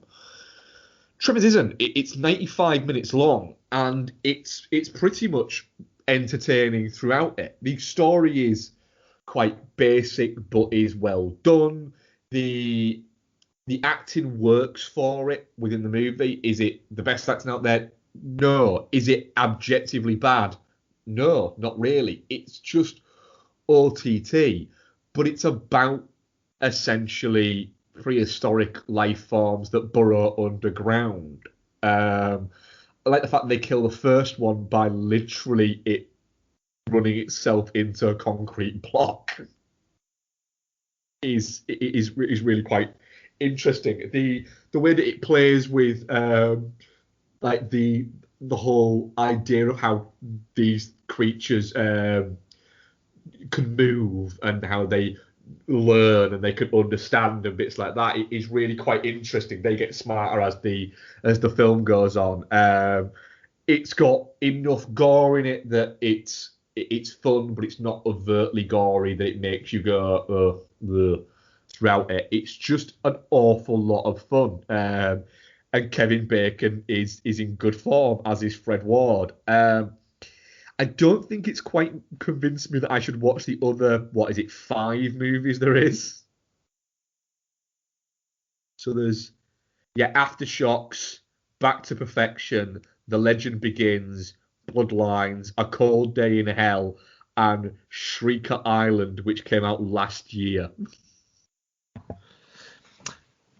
Yeah, it seems like one of those ones that never quite dies but never quite comes back. Yeah. And I think part of it never comes back because I'm looking at when you have like franchises and on Wikipedia it gives you like the cast thing, so it gives you like a list of the films across and then the actors down the side and shows you how many of the movies they've been in. But it's done it for this, and there's literally no point whatsoever because it lists like loads of different characters. And then the actor that played them, but there's only literally like 3 actors that have been in more than one of them. Yeah. So Michael Goss has been in all of them, playing majoritively one character, but in one of the films he plays a different character. Jamie Kennedy was in 2, and Fred Ward was in 2. That's it. Okay. Wow. Yep. That kind of feels like give it a few years and Blumhouse will do something with it. Yeah, and Bacon will be back for that. Let's see. There was a thing that said future of Tremors, so let's see if there's anything that says anything about that. Because Kevin Bacon's quite nice about it.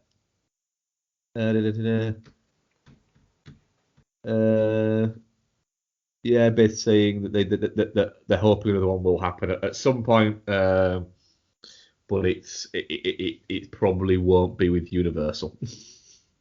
Okay. So yeah, so you could see that maybe go into.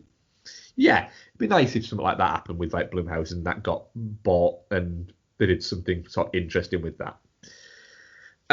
Let's move on to our final main review of the evening.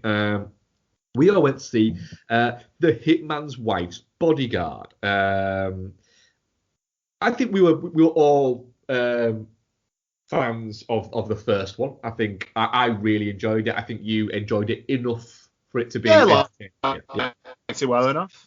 Yeah. So this is the sequel. It's directed by Patrick Hughes, stars Ryan Reynolds, Samuel Jackson, Selma Hayek, Frank Grillo, Antonio Banderas, Morgan Freeman, and Richard E. Grant. And what's the synopsis? The bodyguard Michael Bryce continues his friendship with assassins Darius Kincaid as they try to save Darius' wife Sonia. I mean, that isn't actually what it's about. So well done on that. So let's read the other one from IMDb. The world's most lethal odd couple, bodyguard Michael Bryce and hitman Darius Kincaid, are back on another life-threatening mission. Still unlicensed and under scrutiny, Bryce is forced into action by Darius' even more volatile wife, the infamous international con artist Sonia Kincaid. As Bryce is driven over the edge by 2 most dangerous protectees, the trio get in over their heads in a global plot and soon find that they are all that stand between Europe and a vengeful, powerful madman. Joining in on the fun and the deadly mayhem is Morgan Freeman. Well, you'll have to wait and see. That is literally Lionsgate's synopsis. Nice. Yeah. The Hitman's Wife's Bodyguard. Ian, the first one is an action comedy. This one is a comedy action movie, isn't it? Yeah, that's 100% fair to say. I mean, the action in the film is fine. You know, there's nothing really that barnstorming, pardon me, about it. But what this does is just ratchets up we don't really give a fuck. No one's taking any of this seriously. Like, we kind of know it's just the actors having a jolly in Italy, but fuck it. And I'm fine with that. I had an absolute blast with this. If In the Heights is one of my disappointments of the year so far, this is one of my surprises. I laughed throughout pretty much the entire thing, and my standards for comedy have been well explored on this show. But the Salma Hayek is a fucking riot in this. She is very, very, very funny. I think that the little asides that Ryan Reynolds has work well enough, and I think that the fact that I think they do a really good job in him not just being like a badass. You know, like throughout a lot of this film, he contributes like nothing to the action sequences because that's part of the plot of the film. And he's just being Ryan Reynolds here, but not in the Deadpool meta way either. You know, like he's more charming here than he is in Deadpool. And then you've got Samuel L. Jackson just kind of being the straight man to the two of them, and that's great. You know, and I think he does a really good job. These are actors who understand the assignment more often than not, you know, and they know what they're here for. And it's interesting because a lot of the reviews for this film so far have been very, very, this is fucking shit. And I don't get that. I mean, you know, do you know what it is? strokes. I hate to say this because I hate to use this. What is it? But this is one of those ones where the critics score on Rotten Tomatoes will be like a rated rotten 29%, and the audience score will be a fresh 74%.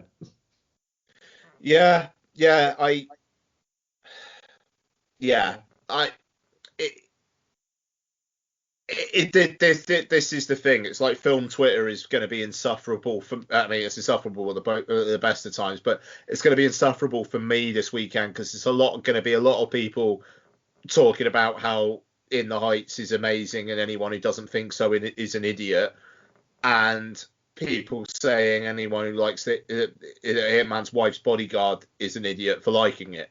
Yeah, and that's going to be what it is. Yeah. I'm used to taking these bullets. Yeah, no, bless you. Yeah. I mean, you are, and I had a laugh throughout the entire thing, and I thought the end of the film, like, if there's another one and they build on that. The thing is, you see it coming. You know it's coming. Really you know what he's signing. You really do. As well. And the fact that he doesn't know it and he thinks it's something else. And then she just... all spoilers all the time.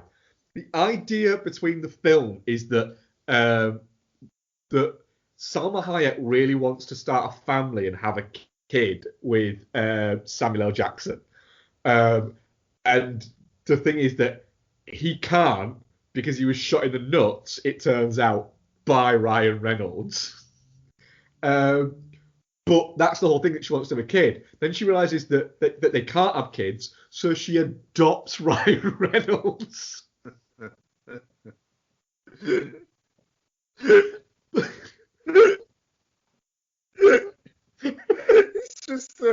It's like the mid-credits scene where they're shagging and he's steering the boat, and then he doesn't say anything and he just fucking walks off the boat. You've got the thing is, like you say, you've got great moments of Ryan Reynolds. Just he's literally there, essentially, is as like the comic relief for the whole thing. in a movie that has where everybody is kind of playing comic relief for it. But then you've got even like the side actors, Frank Grillo as a angry Interpol agent who just wants to get back to Boston. And he's called Bobby O'Neill. Yeah, and there's a bit in it where he punches Ryan Reynolds in the face, and then Ryan Reynolds is literally saying, "We need to listen to this man. Have you seen how hard he hits?" And then the rest of it is him just not wanting to get punched by Frank Grillo again.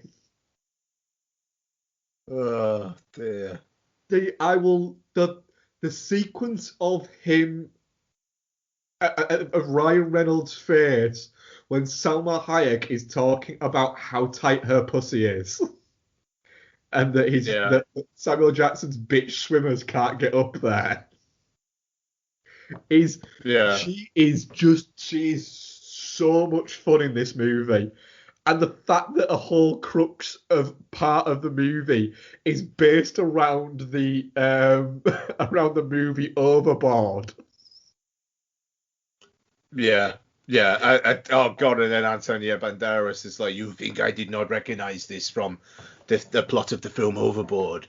A minor classic."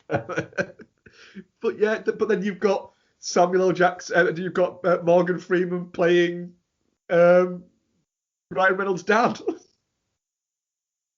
Yeah.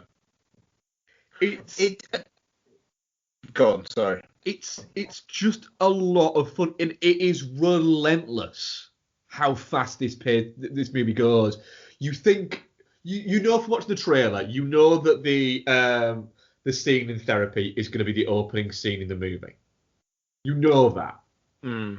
But then you don't think that literally 2 minutes later we're going to be introduced to Salma Hayek. No, like a 10-minute bit of him getting used to not being a bodyguard. But no. Just gets into it. Yeah, gets into it and then just throws you around of just Salma Hayek just shouting obscenities and Ryan Reynolds, like you say, not getting to do anything badass. And then the one time he does anything badass, it is literally a lithium hallucination. That cut to him just snoring on the fucking steering wheel.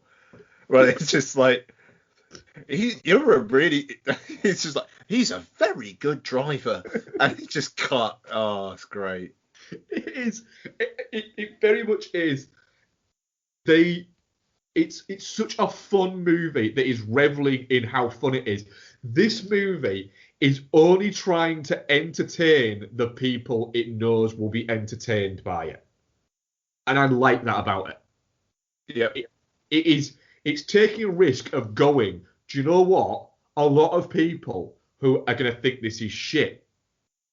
But the ones who are liking it and who are on board with it are going to be so entertained that they're going to fucking love it.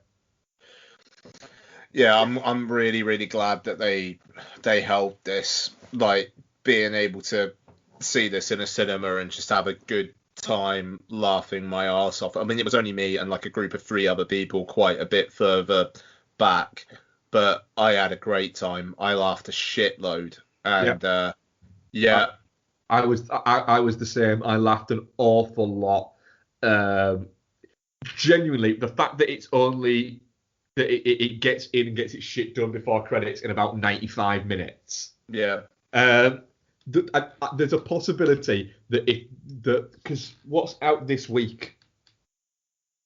It's a fairly quiet week, isn't it? In the Earth and Luca, but Luca's not even getting a cinema release. Yeah. So, I mean, In the Heights is actually out. We just saw a preview, but yeah. There's every chance that I might go and see this again on Sunday morning.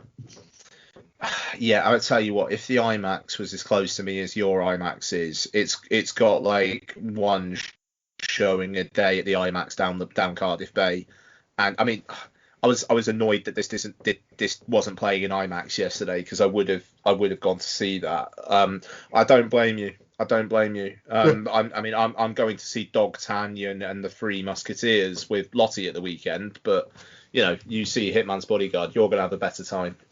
And I would say, it's got Antonio Banderas playing a Greek man called Aristotle, who wants to essentially destroy Europe because it's been mean to Greece. Yeah. Great.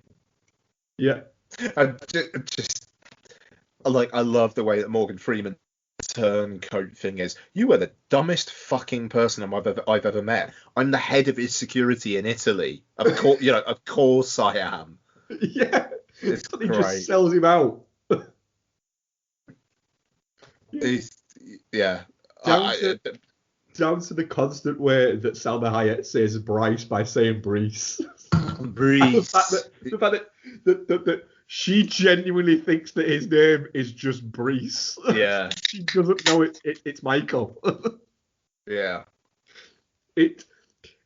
His character in this is very different to his character in the first one. In the first one, he's a very competent guy. In this one, he keeps getting hit by cars. Oh my god! Just when fucking it's Samuel L. when Salma Hayek just like gets in the car and just runs him over. And then she just puts him in the boot, and it's like, I saved you from sunstroke. And he's like, sunstroke. Good. It's a good time. It's a very, very, very fucking good time. And it's unapologetically stupid. Show me a sign, and there's a literal sign. He's like, well, yeah, we're not that kind of sign there. And then there's 3 more signs. Yeah. It does stuff that's dumb. But why not? This is the problem with it. It's comedy doesn't have to constantly be smart or satirical. Occasionally, it can just be a bit fucking dumb. Yeah. And I like that. And this is dumb. It's Hitman's Wife Bodyguard is somehow stupid Fast and Furious. Yeah, that's and the fair. Fast and Furious movies are fucking stupid. Yeah.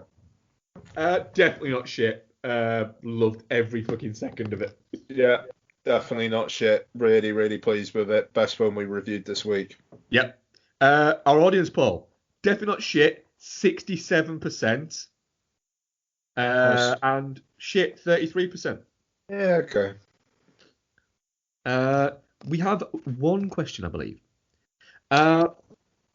After being wrong-footed by Cillian Murphy's character in A Quiet Place 2, not turning out to be a villain, what other film characters surprise you by turning out to not be a villain?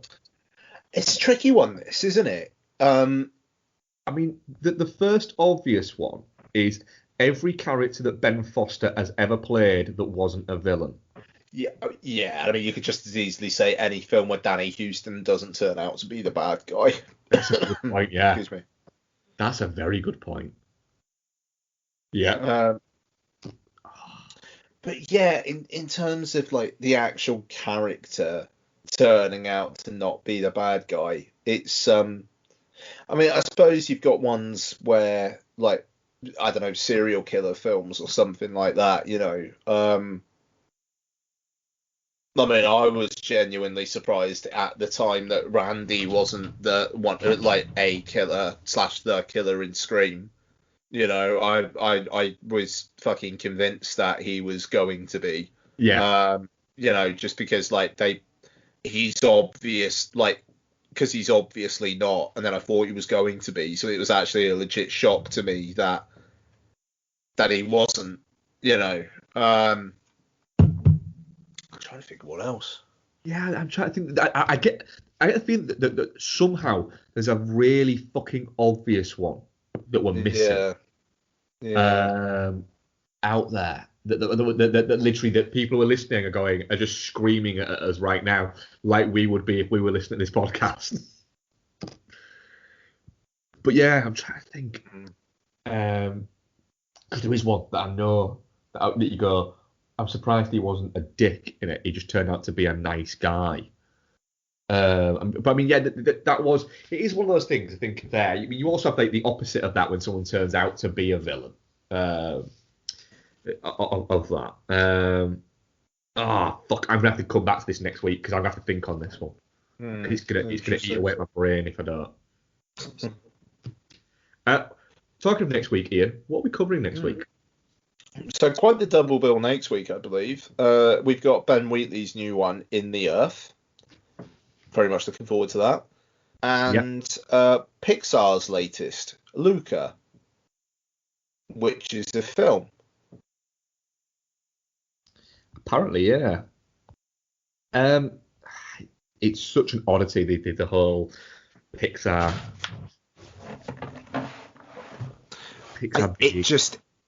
It's about 3 days before it comes out. There is like no social media word on it whatsoever. Yeah, there's nothing.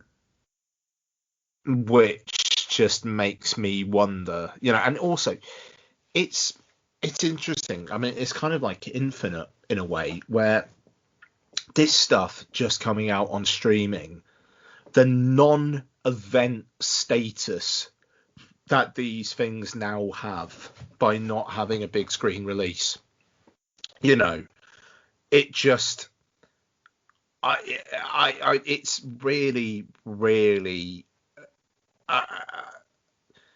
it's going to be interesting to see what that means for like the future of films and whatnot. Because I'll be honest, I reckon you probably have more awareness around it at the moment of The Hitman's Wife's Bodyguard than you do Luca, because it's in the fucking cinema. Yeah. And I don't know. I wonder. I mean, Infinite, like, that has been and gone in terms of like coverage on film Twitter. It's a lot of US folks, and it's gone. Luca is going to be fucking is going to evaporate as soon as Fast 9 comes out next week. Like, basically, Luca has about 6 days or so of any kind of social media heat, and then here comes Fast 9. Yeah, and it's and people at Pixar are apparently pissed off that their films are now just basically Disney Plus big ticket exclusives, and I can see that, because a Pixar film 5 years ago felt like an event. Luca doesn't feel like an event. It just feels like this week's Disney Plus content along with the new episode of Loki. They've turned them into TV movies. Yeah, it's weird. It's very, very odd. And, this is the thing. It's like this weekend, if it came out in cinemas this weekend, in terms of a family audience, it's got fuck all competition. It would do... like, the weather, I think, is supposed to turn a bit this weekend as well. Yep. I mean, like, obviously you can't legislate for that, but it would do well, and instead it's just, okay, it's another thing to watch. Like, I'll watch it on Disney Plus this weekend, but I'm not that hyped for it. It's like Friday night, I've got England versus Scotland. Saturday, I'll probably watch In the Earth. So Luca becomes I might watch it like with Don on Sunday, I suppose. It will be my Sunday morning breakfast movie. Yeah, and it's a Pixar film, like, but hey, that's it. That's where we are, But yeah, it just doesn't. It doesn't feel like an event. Infinite wasn't an event. Films that don't come out in cinemas are not going to be events. They're just going to be fucking content. And this is someone who's tuned into films saying this. But then, like you say, The Hitman's Wife's Bodyguard. There was people in my screening of that. It was quite cool. Yeah. I mean that's it. I don't know. It's odd, and it's obviously part of a wider conversation, but it's so weird, when Beasts of No Nation came out on Netflix, and it's now Netflix are doing original films. That's huge, and all that kind of path seems to have led to is just chuck things out we'll give them promotion for like that 2 days, and then they're just on our streaming service ad infinitum. It's sad, you know. But then now you got Fast 9, and then a 10 and 11 apparently now. Yes, quite. Yeah, but that's the thing, you know. Fast 9's going to come out next Thursday, and that thing is going to fucking dominate the conversation. Yeah. And you see it on Thursday? Yeah, I'll see it next Thursday. Yeah, me too. Yeah, and you know, it's going to dominate the conversation because it's out there. It's got eyeballs all over the marketing, and you know, you can market these things to say, Luca, on Disney Plus this weekend, you can literally watch it now, and it becomes, oh yeah, I'll stick it on. You know, even the whole kind of like, I'm going to go to the cinema and spend dedicated time watching this. It's not going to be there. We're going to release it 2 weeks after a kid's holiday and 3 weeks before another kid's holidays. It's bizarre. Makes no sense. By the way, it feels like it's being dumped. Sorry. Yeah, it does. It absolutely does, which makes you think, why? I can see why they dumped Soul on Christmas Day, because it could be marketed as, look, here is our Disney Christmas gift to you. Here is Soul. This film's going to win Best Animated Film at the Oscars. That felt something different. This feels like they're dumping a movie on Disney Plus the middle of June. Yeah, it's bizarre. It's bizarre. The one we were missing that I think we couldn't think of, I can't believe that didn't turn out to be a villain. Gary Oldman as Sirius Black in the Harry Potter movies. Good shout, that. Even though I'd read the book, so I knew he wasn't going to be. But that's a good answer if you didn't read the books. Yeah, I want to read those books. Yep. Very good. Right, yeah, so that was episode, I forgot I was hosting it. That was episode 402. We will be back next week, hopefully as three of us, if my darling wife hasn't left me. And yeah, thank you much for listening, guys, and we shall speak to you next week. Goodbye. Bye-bye. Cheers, guys.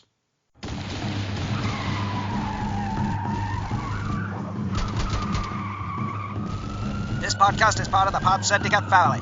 For more criminally compelling shows, articles, and conversations, head to wearePodsyndicate.com.